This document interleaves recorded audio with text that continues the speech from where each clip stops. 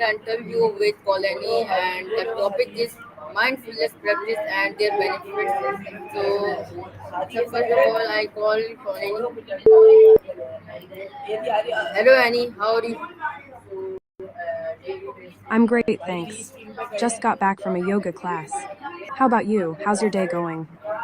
Yes, my day is going good, and I will interview with you, Colin.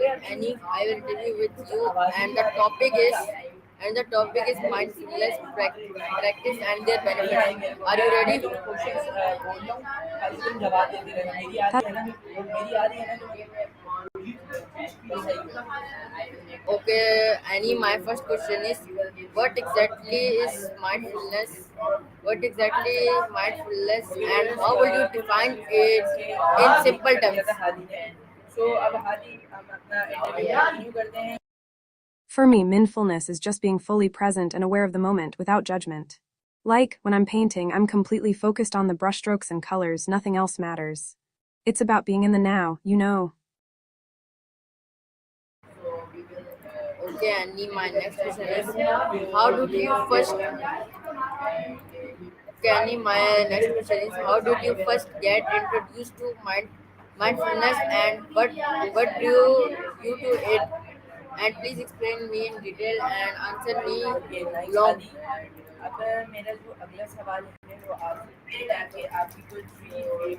So, I think I stumbled upon your stuff when I was browsing through some design blogs, and I saw your graphic design work. I was immediately drawn to your style, it's so unique and creative. I'm an art lover myself.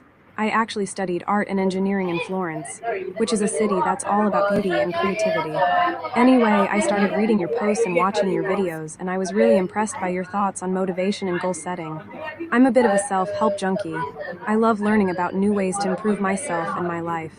And I think your approach to nourishing your body and mind really resonated with me. As for what I do, well, I'm a bit of a curious person. I love learning new things and exploring new ideas. So I started engaging with your content, commenting on your posts and asking questions. I think I even sent you a message or two, asking for more information on some of the topics you were discussing. I have to say, I really appreciate your perspective on mindfulness and mindless practice. As someone who's into yoga and meditation, I think it's really important to cultivate a sense of awareness and presence in our daily lives. And I love how you break it down in simple terms, making it accessible to everyone. I think what I love most about your channel is the sense of community that you've created. You've got this amazing group of people who are all supportive and encouraging, and it's really inspiring to see.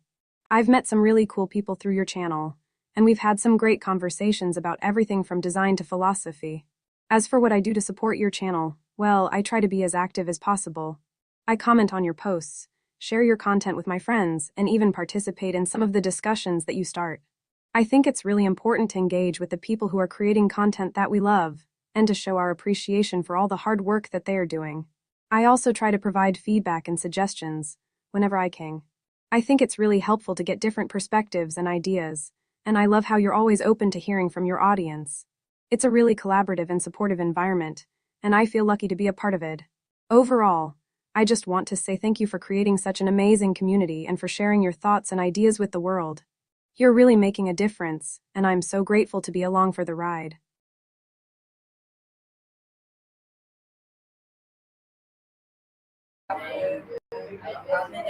Okay, Annie, you explained very well.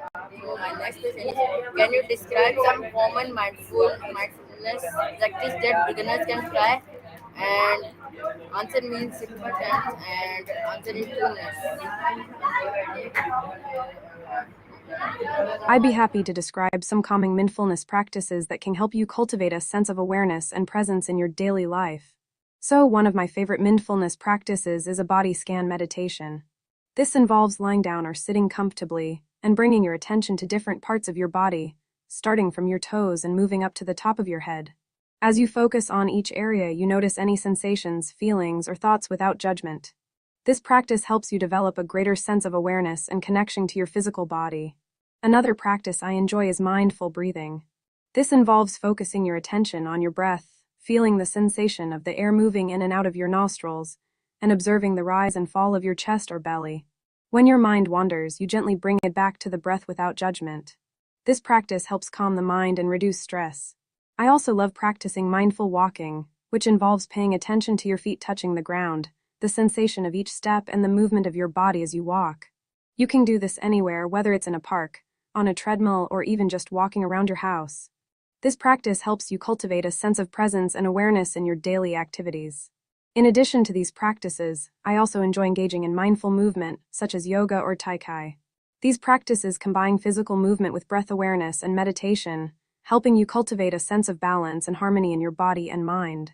Finally, I want to mention the practice of mindful listening, which involves paying attention to the sounds around you, whether it's the sound of nature, music, or even just the hum of the refrigerator. This practice helps you develop a greater sense of awareness and appreciation for the world around you. These are just a few examples of mindfulness practices that you can try. Remember, the key is to start small and be consistent. Even just a few minutes a day can make a big difference. And don't worry if your mind wanders. Just gently bring it back to the present moment without judgment. As I always say, mindfulness is a practice, not a performance. It's about showing up, being present, and cultivating awareness and kindness towards yourself and others. So take a deep breath and let's get started on this mindfulness journey together. And as we wrap up this 6-minute conversation, I want to leave you with a quote from Thich Nhat Hanh: "The present moment is the only moment available to us, and it is the door to all moments." Let's make the most of this present moment and cultivate mindfulness in our daily lives.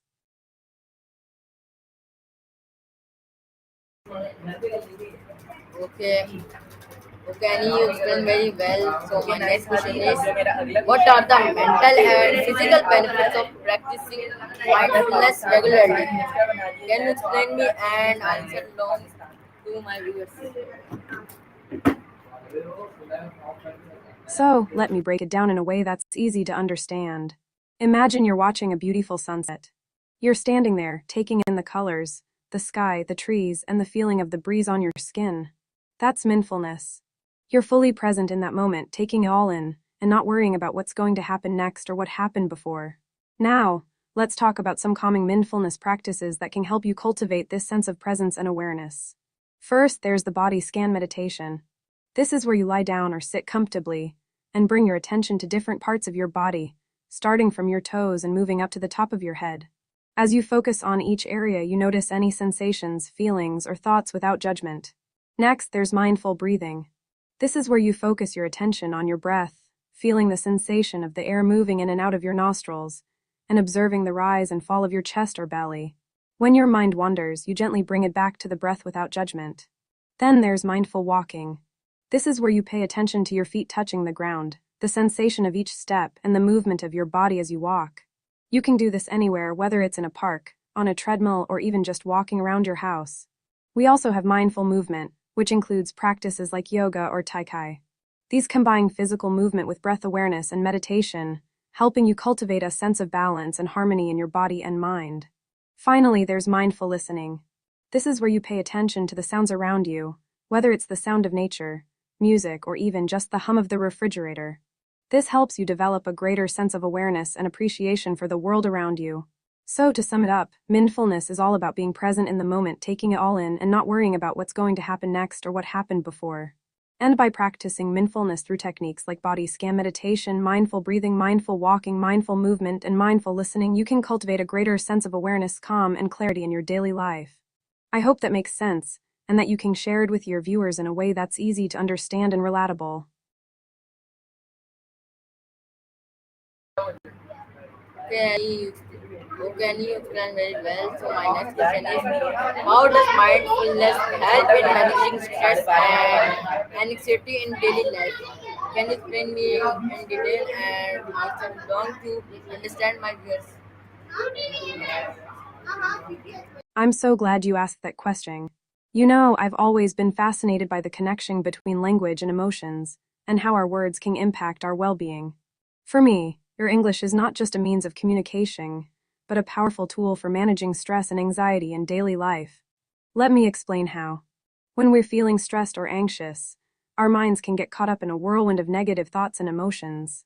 It's like a stormy sea, and it's hard to find calm waters. But when we take the time to express ourselves in a language that feels authentic and meaningful, like your English, it can be incredibly therapeutic. Your English has a unique rhythm, a certain cadence that's all your own. It's like music, and when we listen to music that resonates with us, it can be incredibly calming. Similarly, when you express yourself in your English, it's like you're creating a symphony of words that can soothe your soul. Moreover, your English is a reflection of your inner world, your thoughts, feelings, and experiences. When you share your English with others, you're not just communicating ideas, you're sharing a part of yourself. This can be incredibly liberating as it allows you to process your emotions, work through challenges, and gain new insights. Now, I want to take you on a journey of self discovery and stress management. Imagine that you're walking through a forest and you come across a clearing. In the center of the clearing is a beautiful lake, calm and serene. As you approach the lake, you notice that the water is reflecting the trees, the sky, and the surrounding landscape. This lake represents your mind, and the reflections on the water represent your thoughts, emotions, and experiences. When you're feeling stressed or anxious, the water can get choppy and the reflections can become distorted. But when you take the time to express yourself in your English, it's like you're throwing a stone into the lake, creating ripples that calm the water and clarify the reflections. As you continue on this journey, you come across a gentle stream that flows into the lake. This stream represents your words, your English, and the way you express yourself. The stream is calm, peaceful, and soothing, and it carries with it the power to transform your thoughts, emotions, and experiences. As you follow the stream, you notice that it leads you to a beautiful waterfall. The waterfall represents the release of tension, the letting go of stress and anxiety. And as you stand beneath the waterfall, you feel the cool water cascading down, washing away your worries and concerns. This, my friend, is the power of your English in managing stress and anxiety in daily life. It's a journey of self-discovery, a journey of expression, and a journey of transformation. By embracing your English, you're embracing yourself, and that's the most powerful stress management tool of all. So, I invite you to continue on this journey, to explore the depths of your English, and to discover the ways in which it can help you manage stress and anxiety in your daily life. Remember, your words have the power to heal, to soothe, and to transform. Use them wisely, and you'll find that you're better equipped to handle whatever life throws your way.